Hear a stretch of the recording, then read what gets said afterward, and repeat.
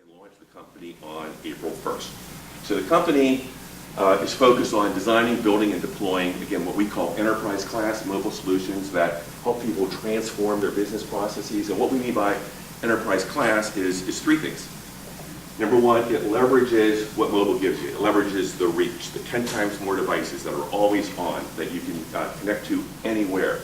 And it always also leverages the new innovative capabilities, location services, all the sensors, the gyroscopes, the proximity indicators, NFC capabilities, integrated cameras, all those things that you can't get in any other platform. So we believe that the value proposition was leveraging those to help people drive innovation into what they do. Number two, what I heard here, integrated in with stuff you already have, integrated in with your data, your applications, your data warehouses, all the other stuff that you've already put in place, sort of like web enabling, again, what you're attempting to do. And third, again, it's not dormware. It's all the able words, curable, scalable, manageable, maintainable, all the things that are important to you when you have a major enterprise solution in place. So that was April 1.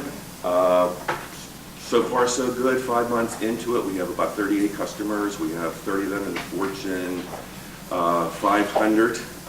We have about 80 people now opening new offices next week in the Wellesley area close by here.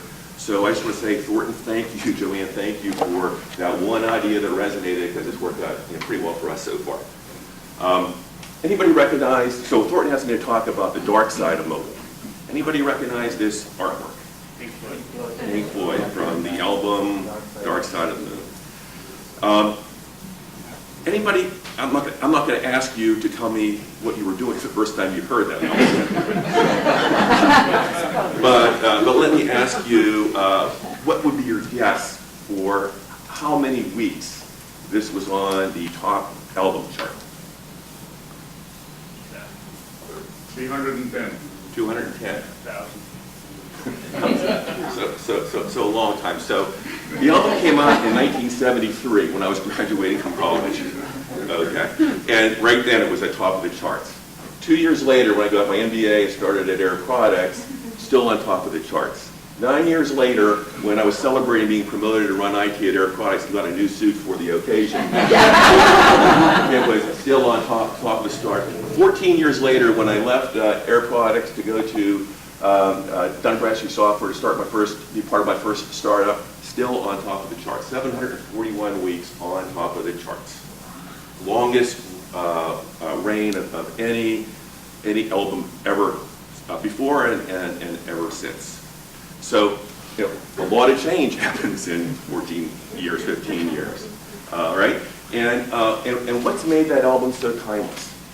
And music critics say it's the combined themes that the album was based on. It's the combined themes of greed, conflict,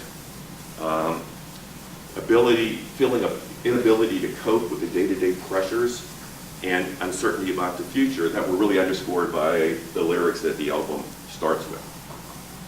So greed, conflict, day-to-day pressures, inability to cope with them, uncertainty about the future.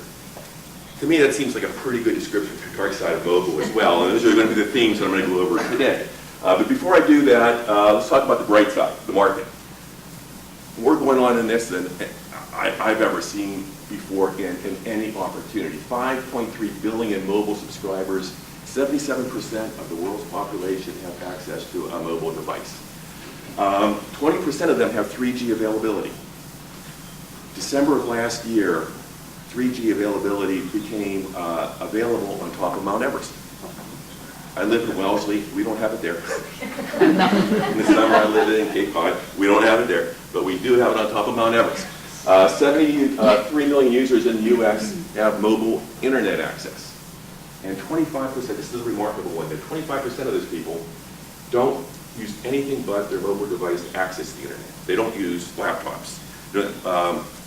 In the USA Today, I was stuck in an airport last week. Article as Peckables, will PCs be left behind? A guy named Mark Dean, who was one of the people who invented the PC 30 years ago at IBM, said, when I helped design the PC, I didn't think I'd live long enough to witness its decline. There's a belief now that PCs will go away and be replaced with mobile devices, and 25% of people have already made that decision. A lot of devices ship, a lot of apps download. What's a lot? 11 billion apps downloaded. In 2014, that number will be up to 77 billion apps downloaded. Most are never opened more than once. Most aren't used more than the first day. But a tremendous amount of traffic there, a lot of traffic here around voice and data, and 8 trillion text messages sent in 2011, most probably by teenage girls. And the other thing that I think is interesting is the Internet of Things. 7 billion devices that communicate, and 5 billion of them aren't computers. So there's stuff that you have in your business or in your house that are things that have IP addresses associated with them that can converse with either you or with other things. So what we believe is that there's a lot that's driving the three to talk about today. One is the consumerization of IT. The second is mobile payments, and the third, again, is the Internet of Things. So consumerization of IT, what's the impact that that has on the enterprise? Well, Scott Snyder, who's one of our executives who wrote the book, The New World of Wireless, that's one of the best-selling books on mobile strategy. He runs strategy practice and the innovation practice at Mobiquity. The way he terms it is that it's about the big flip. It's the always-on, everywhere, anywhere, context-based consumerization that's created a whole new value proposition for both employees and customers that they're latching onto, that's causing them to have a change in the balance of power, and a shift that's flipping the balance of power. So now the consumers are demanding the applications that they want. They're demanding the employees. They're demanding the services they want. They're demanding the devices that they want to use them on. So the big flip. Now, is that a loss of control? You bet. But it's also a chance to take that market dynamic, we believe, and look at it as ways of being able to create new, innovative business models. So if you think it's a loss of control now, wait till Gen Z enters the workforce. That's my daughter, Christina. She turns 15 next week, so she's Gen Z. She was born totally immersed with technology, could not imagine not being connected to it. Gen Z is characterized by sharing, by immersive, by transparent, and by experimental. Has 3 devices and never had a time in her life when technology wasn't available to her, and so she knows more about it than I think anyone other, we'll call her our teenage information officer. There's a woman named Len Stone that did some research on how people that are teenagers, teenage girls really use technology. And the study was, how many hours a day do you think that the average teenage girl in the U.S. is accessing digital media or digital device? How many hours a day? 8, 15. 10. 15. 24. How is that possible? Don't they sleep? It's possible because they're doing what Christine is doing. She's talking to her friends, listening to music, and surfing that. They're multitasking.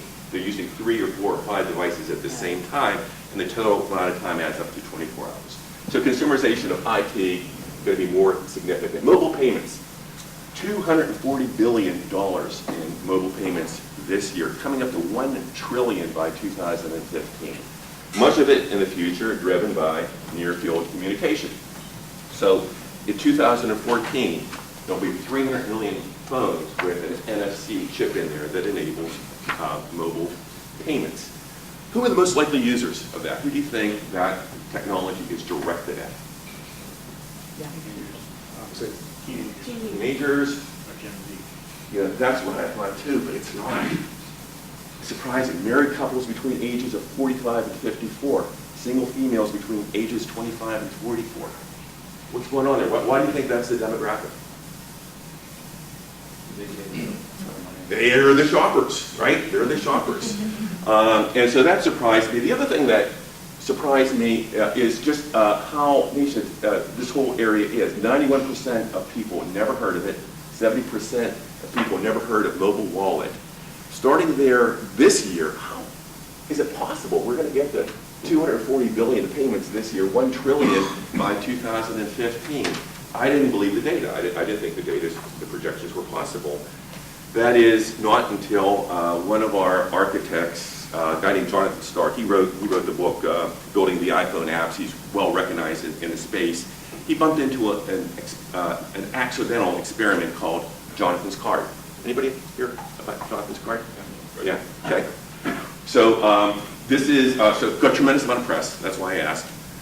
He was scheduled to be on Diane Sawyer's ABC Nightly News and Live interview, MSNBC, CNN, a wide range of periodicals. Here he's featured in a comic called Penny Arcade, which is sort of the new generation's equivalent of maybe Peanuts. It's sort of the longest running, most widely read cartoon that's out there today.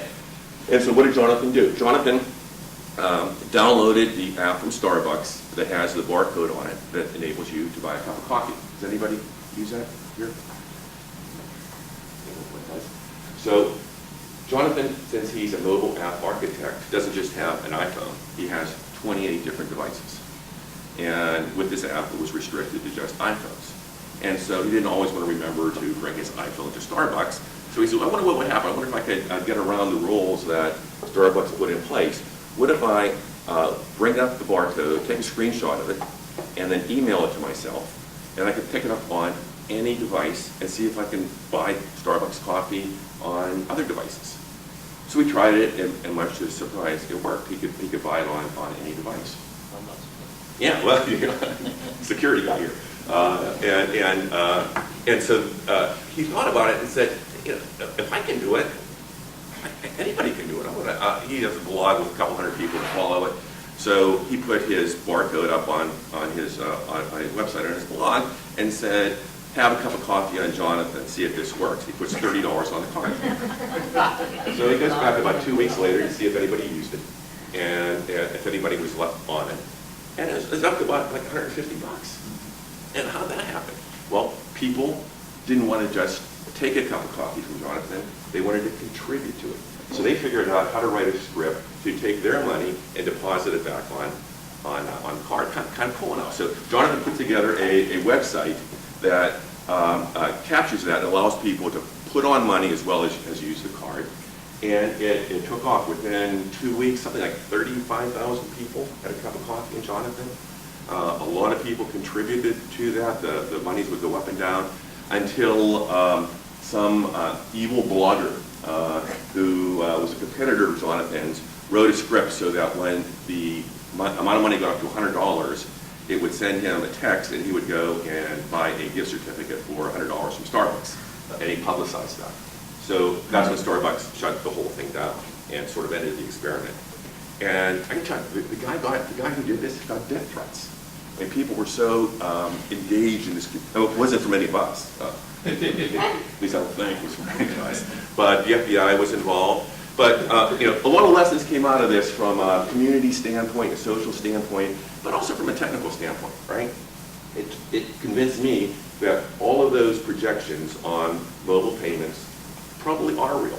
Because what Jonathan showed is that the convenience, the ability to tie into loyalty and to the other tie-ins that you can get from a card like that really are overshadowing the any concerns of security right now, and that those projections probably are ones that we're going to be able to hit. So that's Jonathan's card. Third is the Internet of Things. That's my son, Bill Bales. He's just turned 11. He's very much into technology as well. And you know, we're startups, so we're always cash strained. And so to help me prepare for this presentation, since he's good at doing searches, I asked him to do a search for me. I said, I'm going to do a slide on Internet of Things. What I want you to find for me on the internet is a killer app that's driven by devices that are connected to other devices. And he said, sure. Jumps into it, and it's taken him a lot longer than I thought it would. And I think this is really cute, because here's what he came back with. An app that kills. I mean, he understood the Internet of Things. The killer app didn't translate to an 11-year-old. So he was able to find a company called Rentoki, who makes mousetraps that are mobile enabled. that are deployed, first of all the way through Wembley Stadium in the UK, so that when somebody gets caught in it, the signal gets sent so you can go in and replace the bait in the active areas, wipe out the population quicker, and tie into a dashboard so you can see where the population is going to. So, killer app. Now, this is not a vertical that Mobiquity has decided to pursue, but one that we were interested in, at least until the conversation at dinner last night was around healthcare. Healthcare, retail, travel, leisure, hospitality, financial services are among the ones we're pursuing. But I think this is an interesting one that has a potential for a lot of game changers in the Internet of Things. And this is a prototype, so this is not in a working mode yet, but it's this device here. So what you can do is you can, two of the doctors that are on our advisory board have patented this prototype where you can put your iPhone in a cover, put it on your heart. It does the easy thing. It reads your heartbeat, it transmits it to your doctor. It's also set up so that you could hold it like that in your hand, and it'll do a left-right standard EKG on you. Or you can put it on your chest, and it will do an EKG on you, and then transmit that to your doctor. The cool thing, though, is that there's a little dongle that we put in the bottom of it with a little pad, and the phone's programmed with the arrhythmia algorithms. And so if you're having a heart attack, you can put that on your chest, and right at the right moment, based on the readings it gets compared to the arrhythmia algorithms, it releases 120 joules from the phone, and it causes the pad to release a charge, and it acted as a portable heart defibrillator. Now, it's still only a prototype, so when I ask the question, so if you're having a heart attack, it's on my chest, what happens if a call comes in? They have not figured that part out yet. But I think in healthcare and a lot of other areas, a big player in the future is going to be the Internet of Things. So what's the impact of all this on the enterprise? Is it a big deal for the enterprise? All the surveys say it is the biggest deal for the enterprise. It's the top issue in 2011. Most companies are going to be jumping into this if they haven't already big time. 90% significantly expand the number of apps. $20 billion are going to be spent on app development in 2011. Most companies will be supporting tablets. Most workers are going to be accessing their enterprise systems in 2011, 1 billion. That's going to grow to 1.2 billion by the end of next year, which represents 1/3 of the world's workforce accessing their company's enterprise applications through mobile. 81% of people with mobile devices do that today. 58% of the people with mobile devices do that every day, and most of them do it without your knowledge or your permission, because there's nothing in place preventing them from being able to do that. And then the other thing I think is interesting here is A2P, that's application to people. That's going to be overtaking MMS and SMS as texting by the year 2016. So the 11 trillion texts that you get out there today in the market, more of those are going to be generated from your airline reservation system saying that your plane's late, or your banking system giving you a piece of information about that. So if you apply that to specific verticals, retail already, eBay last year, $2 billion in mobile revenue already. Travel and leisure, 1 in 8 people are going to be using M-ticketing in a couple of years. Financial services, by 2015, 1 billion people were using that as a platform of choice to access their financial information. And the CEO of Hearst just said, I think he way underestimated, that 30% of the circulation that magazines have today will be compromised by this time next year because of mobile devices. The other thing that started to happen that really signals the importance of CEOs are getting fired over it. There was a guy last year, Dirk Meyer, who was the CEO of AMD. He was the first CEO of a public company to get fired because they did not move fast enough in mobile. And then just last week, the CEO of Yahoo fired again, principally because she did not make moves fast enough in mobile. So yeah, it is a big issue on the enterprise. So if it is, what's the obstacle? What's the constraint? Why aren't all of you just jumping in and focusing all your attention on making this happen. It's a tremendous opportunity. It's the biggest issue on the enterprise. What are you afraid of? You know, when I thought about that, and when I thought about the CIO challenge, for me it's an expectation that in order to make this happen, what you need to do is you need to shift your development platform to a brand new technology platform. It requires one who says skills and experiences. And with that, then you need to deliver, in this case, a mobile solution that can be used by tens of thousands of your customers. You can use any one of 208 platforms. That's the count now. Anytime, anywhere, without compromising security and without compromising performance. Yeah, I'd be scared of that too. That's a challenge. And then if you get that right, then you want to focus on your own enterprise. How do I build a solution for thousands of my employees? Provision the devices, get it to their desk, get the right software in place, train the users in it, make sure the applications are consistent, make sure security software is installed, make sure that the settings are consistent on that.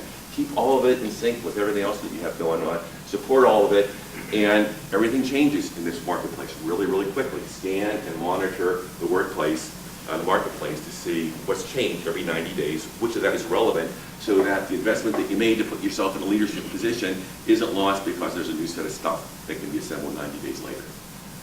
So it is a huge issue, and it generates a lot of questions that are a lot broader than who can I partner with to build an app. It's around how do I drive innovation, how should I think about security and compliance, how do I design to capture the right data, because there's a lot of data available to drive the insights that are important to me. How does it connect to social media? How do I maximize acceptance and usage? How do I hook it into my existing stuff? How do I deploy, support, and provide the infrastructure? How do I enable my enterprise to exploit the potential? So a lot of questions. And the scary part is that most surveys, when you say you know how to do something, most people say yes, whether they know how to do it or not. In this case, 96% of marketing execs and 93% of IT execs say they're not prepared to answer any of those questions on their own. So for me, that's really the dark side of mobile. It's a tremendous potential that is transformative of your business, but comes with enough complexity that you're not prepared to do it on your own. And there are companies out there to be able to turn to help you with that. So with that then, let's talk about the dark side and more specifically and some of the lessons learned from the field that can maybe help you unlock some of that potential. So the first issue that I think gets in the way, and David, we talked about that at dinner last night, is when people think of mobile as a checkoff, rather than as something that's going to have an impact. So what that means is you're making an investment in mobile so that you can tell your boss that you have an investment in mobile, you can tell your employees that you're doing something in mobile, and you can tell your customers that you have mobile presence, even if it doesn't do a damn thing about any business value that you have.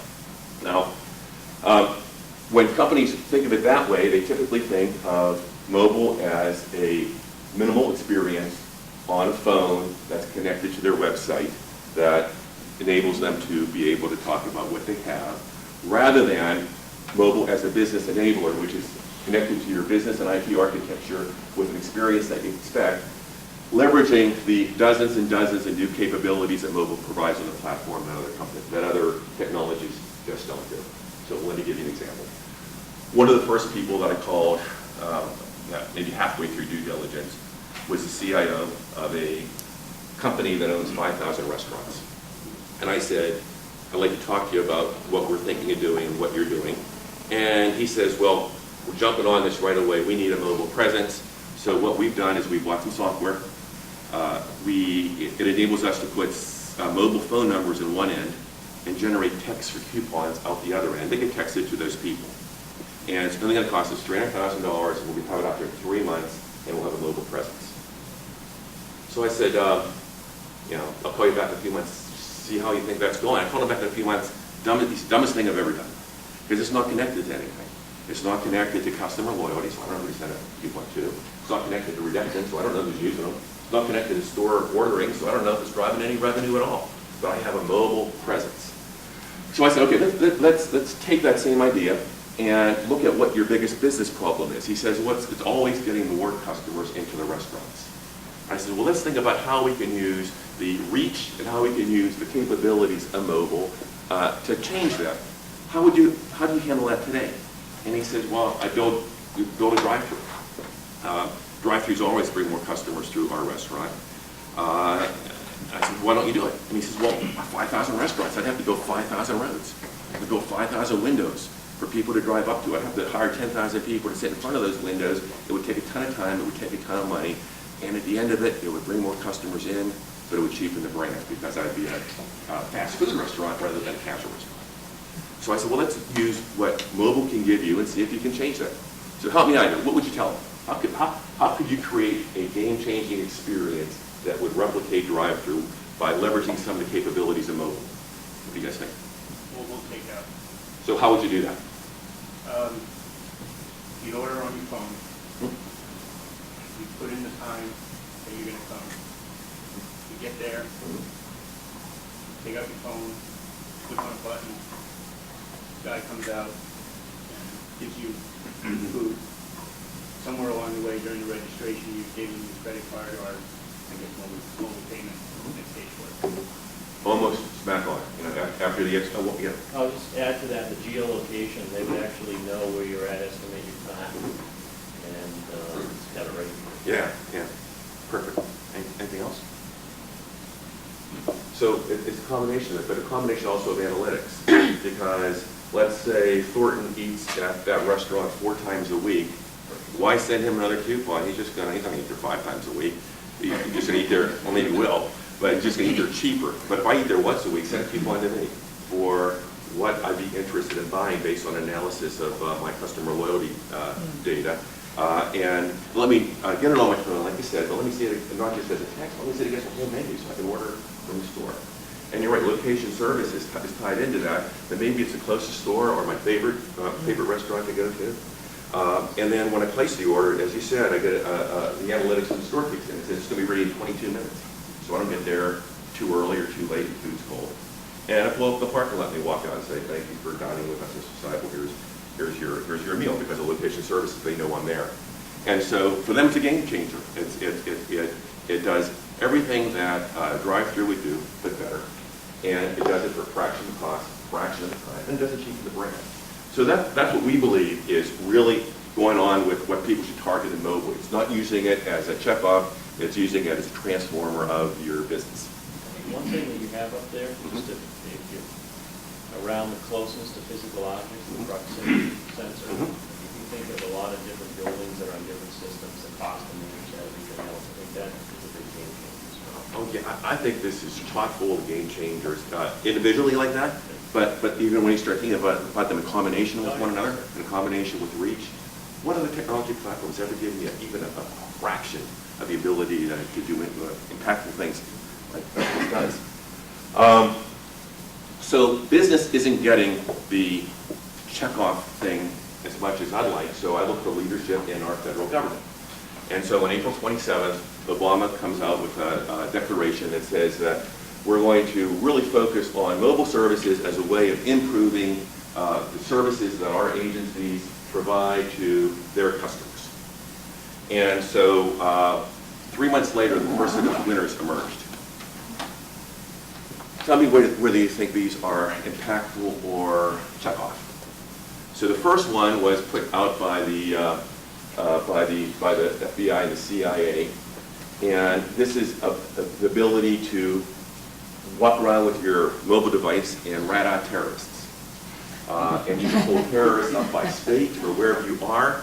And the way this has changed is, ethnic and racial stereotyping are forbidden in government, but now they've enabled you to do it. If you see someone that looks a little bit unusual, you can pull their picture up and maybe rat them out if they look familiar with that. So that was one of the winners. Another one was around the armed forces. Here you could see any of the big guns that you want to see. You could take a picture of yourself, and then you could see yourself in any uniform of any of the armed services. And if the picture of you in that uniform really got you going through location services, you could find your way to the nearest recruiting agency. I didn't know about that one. Here's the one that I think is the most interesting and the most the dumbest. It's by the Smithsonian Institute. Your taxpayers' money fun in this. You can take a picture of yourself or anyone, and you can see what you would look like as a caveman at 5 different steps along the evolutionary ladder of your choice. Okay? So I tried it. This is a celebrity that we all know. 28,000. How he would have looked 28,000 years ago. Okay, is he familiar at all? I'll give you a hint.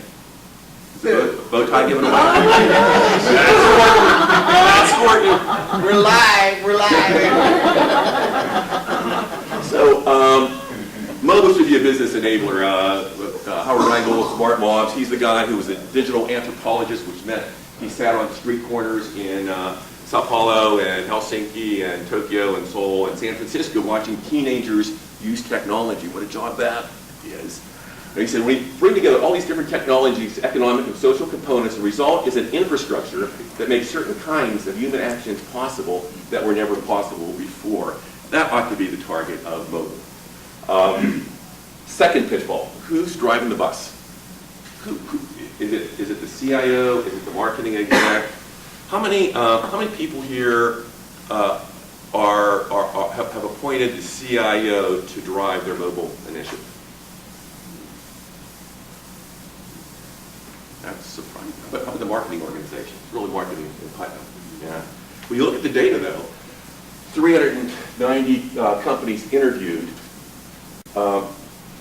Marketing execs and IT execs, surprise, say they don't work very effectively together. 58% of CIOs, though, believe and stated that they're leading the digital agenda at their company. Not so fast. You ask the marketing people, 81% of them say, are you kidding? They're not. 69% of CMOs said they're the ones leading the digital effort on the agenda today. So there's a real misalignment of marketing and IT that sometimes is getting in the way of being able to move forward. That's why I'm excited about the panel a little later on this morning. How many of the CIOs disagree? It was a number in the low 80s again. And so what we see is just there's a lot of infighting there. The marketing people say IT doesn't have to get involved. A, they don't get it, and B, this is a branding initiative. And IT says these are a bunch of disparate efforts. We need to bring them together in a framework because we're going to have to support the things, and we need to make sure they're going to drive value. And it's hard to move forward until you get that right. So the summary of the survey said the disconnect over strategic vision and ownership has created an environment where marketing feels forced to seek quick to deploy individual point solutions that may have nothing to do with leveraging the established infrastructure or corporate strategy, and IT is often left feeling like glorified order takers with little strategic voice. So that's the second pitfall. Bruce Rogo, one of the smartest people I know, told me a story when I was putting the company together. He was interviewing a CEO, and he said to the CEO, so who do you think should be running the mobile initiative in your company? Should it be the CIO or the CMO? And the CEO laughs and says, I'm not sure. He says, if I would stack up all the people in my organization in terms of credibility, the person who's one rung from the bottom is a CIO. He always promises that there's going to be a tremendous amount of value in everything he implements, and I'm not sure it ever happens.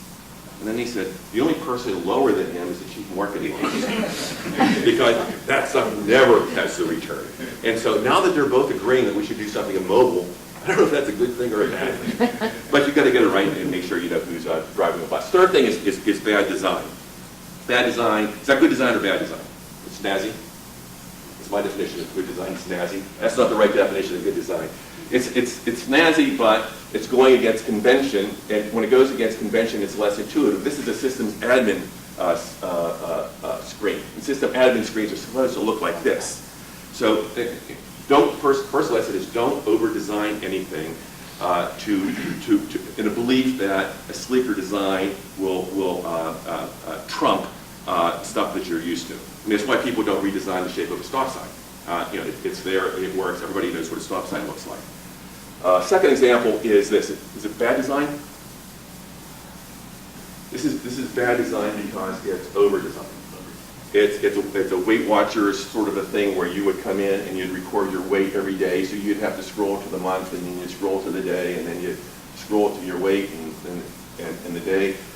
And instead a sleek design would be something like that, where it knows what the day is, and it brings you up the day, and you're able to enter in your weight. Over-design, did you hear the story about the U.S. astronauts and the Russian astronauts? So when the U.S. astronauts were launching the space program, they spent hundreds of millions of dollars to develop a ballpoint pen that could work and write in zero gravity. And what did the Russians do? They gave their astronauts a pencil, right? And so the issue is that don't waste time and waste money over-designing when you can spend a ton less and be able to deliver something like that. Bad design also has to do with bad navigation.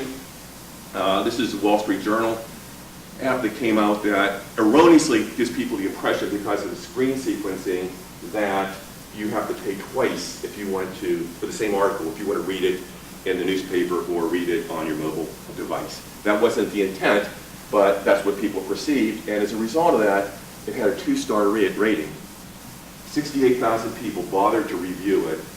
40,000 of those people gave it a 1-star rating, which is the absolute lowest you can give anyone.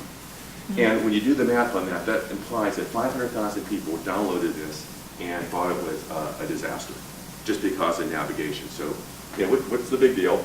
Well, it dissuades new subscribers. If you see a 1-star, 2-star rating on an app, you're not going to use it. And it irritates your existing customer base. And so bad design has a significant impact on the ability to take a marketing campaign and roll it forward.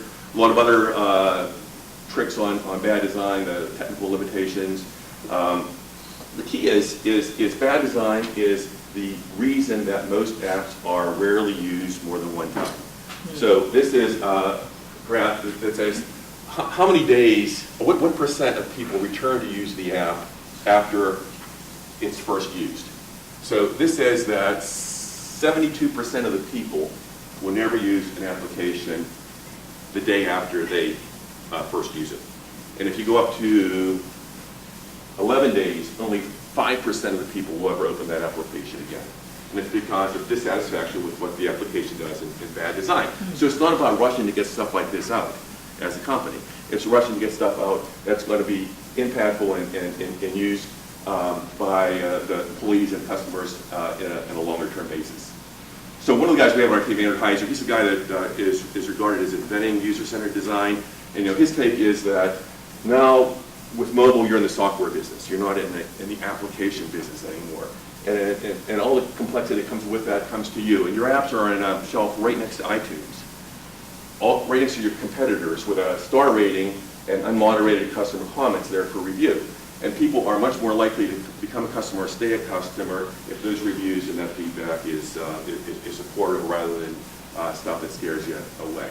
So before you rush out and just say, I'm going to get a mobile presence out there, I'm going to get an app out there, design is important to get right.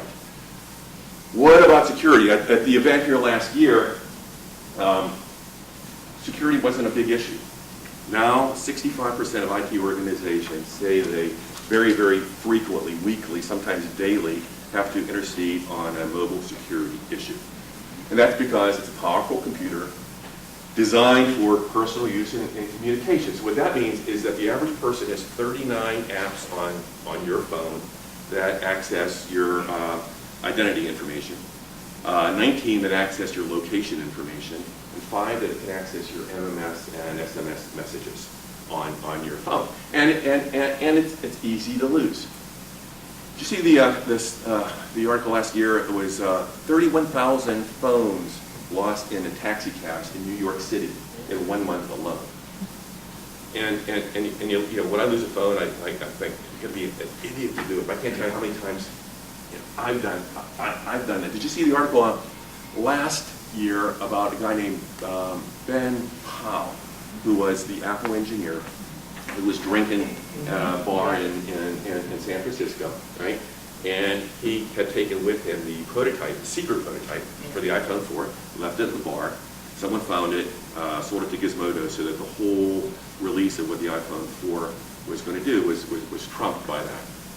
And can you imagine how much trouble you got in? And can you imagine working at Apple and seeing these announcements the next day? If you're going to go to a bar after work and get hammered, do not take your secret prototype phone with you. Right? It happened again this July with the iPhone 5. It's reported in all the blogs that a different, hopefully a different engineer, but left at the Cabot 22 in the Mission District in San Francisco. And they found that phone now. We'll soon be finding out again what's behind that. So easy to lose. Connected to your infrastructure with multiple domains. So that means that there's security issues at the legacy systems, it's at the transmission, at the network level, and it's at the application level, both from bad development practice, leakage of data, but also from attacks there. And then 80% of the people are saying now that they anticipate a serious incident. So it's important to get what a serious incident means. So a serious incident is imminent. And they define that as personal injury or death, service outage of at least 8 hours, loss of more than $100,000, or the compromise of more than 1,000 records of sensitive information is imminent because of mobile. So a lot of actions that you can take, but I think the biggest challenge people have is just security guys that are afraid of that and just say no. There's no shades of gray. Just no. Can we do this? No. The idea there is to really develop a risk profile so that you can understand what your tolerance for risk is. Who are the stakeholders that own that asset? What are their expectations? Create some scenarios of bad things happening, create some probabilities of those things actually happening.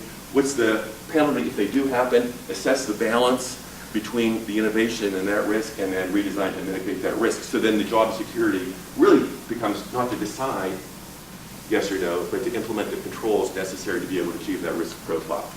And so there's a lot of things I think you'll hear about later on today about the processes and the software and the best practices to also be able to handle those vulnerabilities. Fifth one is the infrastructure. People think that mobile is a thin layer is a thin layer of code that's on the device.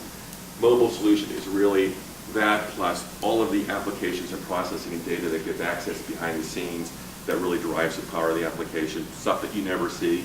And the challenge is that people think that APIs are there to drive that, but they aren't. What we see is that more than any other contributor to the cost of development, it's the stuff that's missing, the information that's missing, or the ability to access that information through a unified set of web services, APIs, that really end up doubling or sometimes tripling the cost of an implementation for a customer. Analytics, ton of data. I was at an event with Thornton last week at Ohio State, and someone said that if you would capture and store all of the words ever spoken in the history of the human race, that would be something like 5 exabytes. And by 2014, mobile will be generating 6.3 exabytes of data a month. So, and data that we haven't tracked before. People like Tony Jabara are putting together a whole set of unique user dimensions on how they're interacting, how their users are interacting with mobile. So, tons of data. The key is you can't collect all that and then figure out what to do with it. The key is to figure out what your analytics strategy is. We have a guy, Gary Roswell, who runs our analytics team. He's a guy that wrote this software 3 years ago that analyzes the 14 billion tweet feeds a day and figures out whether brand sentiment's going up or down. And his take is that analytics has 3 purposes. It's to set the right targets. Should I bring down an iPhone app, or what are the demographics of my target base as gleaned from customer loyalty? To capture the data to derive the desired behavior. If you're a user and you get stuck at a certain point, knowing that and being able to fix that part of the mechanism. And then to the forecasting and predictive modeling that we talked about in the restaurant area. And then the final one is post-implementation effort. All the stuff that has to get done when you're done with the implementation. And it comes in a bunch of different categories.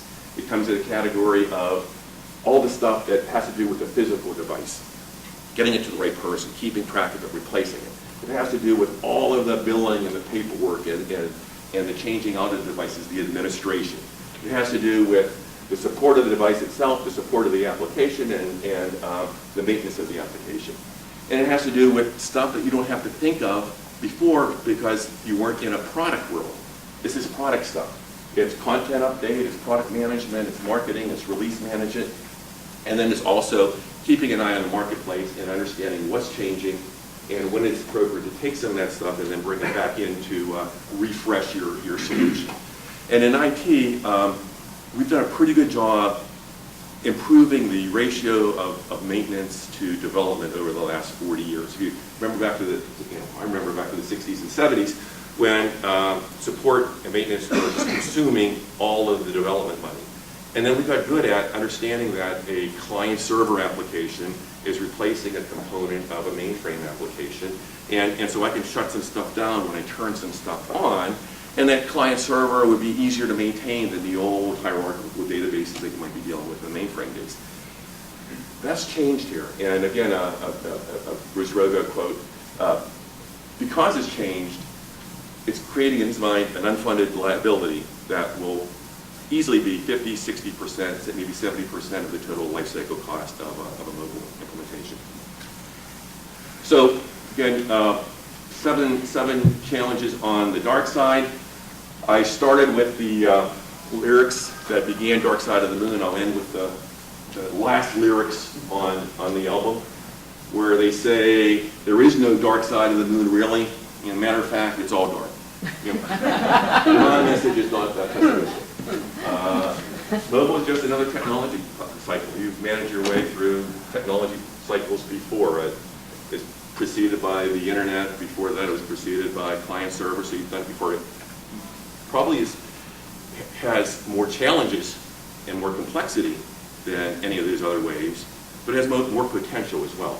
And so I think the challenge is within the confines of good business judgment and within a dynamic in the marketplace where all your competitors are racing to move from that mobile as a presence to mobile-enabled business processes.